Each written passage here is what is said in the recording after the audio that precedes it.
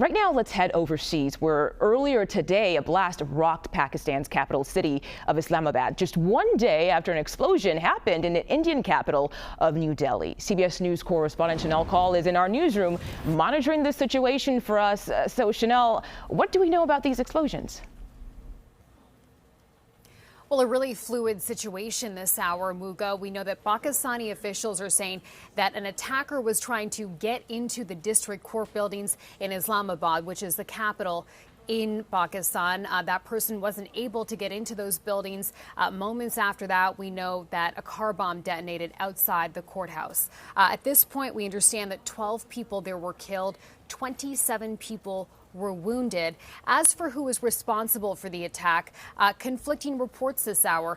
Pakistan's own Taliban group has claimed responsibility, but we also heard from Pakistani's interior minister, who is accusing India and Afghanistan for being part of the attack. So the timing here also noteworthy, Mugo, because this bombing comes one day after we saw an explosion happened in New Delhi in India, the capital city there. In that attack, we know 8 people were killed. India's ministry is saying that this is a possible terrorist attack. That is how they are now investigating that attack.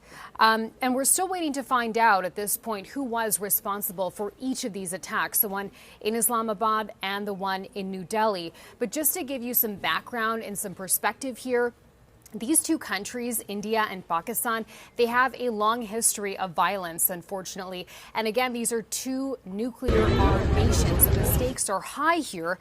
The last time that we saw military escalation between these two countries, Mugo, you might remember, was back in April and in May. On April 22nd, you'll remember we talked about this on your show, Mugo.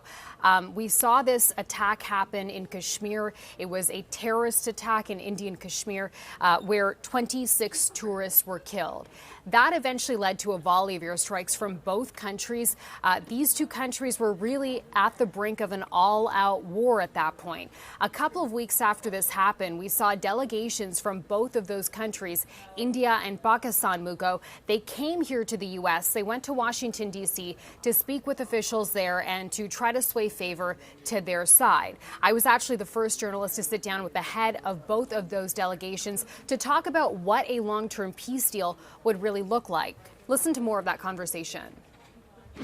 Do you think that international support or mediation is needed to find a resolution? Because frankly, we are unwilling to dialogue with anybody who's pointing a gun to our heads. It's as simple as that. Are you concerned or worried that if some kind of long-term peace deal isn't reached, we could see something far worse happen? Absolutely. I'm worried that in the next conflict, there won't be enough time for a president like President Trump to intervene and coordinate a ceasefire before things go out of hand.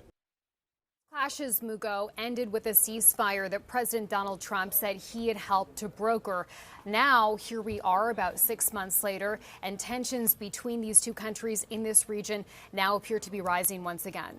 Wow. All right, Shanelle, thank you so much for that background there. Appreciate the recap of what happened earlier this year.